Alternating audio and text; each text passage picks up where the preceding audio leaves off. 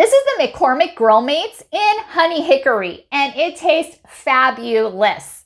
We absolutely love it. And it comes in this convenient bottle, and it has two sides. One side is for you to spoon it out, and the other is for you to sprinkle it. And this really adds so much flavor to your food. The honey hickory has a sweet but yet smoky flavor, and I absolutely love it. You can use this for chicken, seafood, as well as pork or meat too. It's fantastic. And you put it on while it's dry rub, and then you cook it.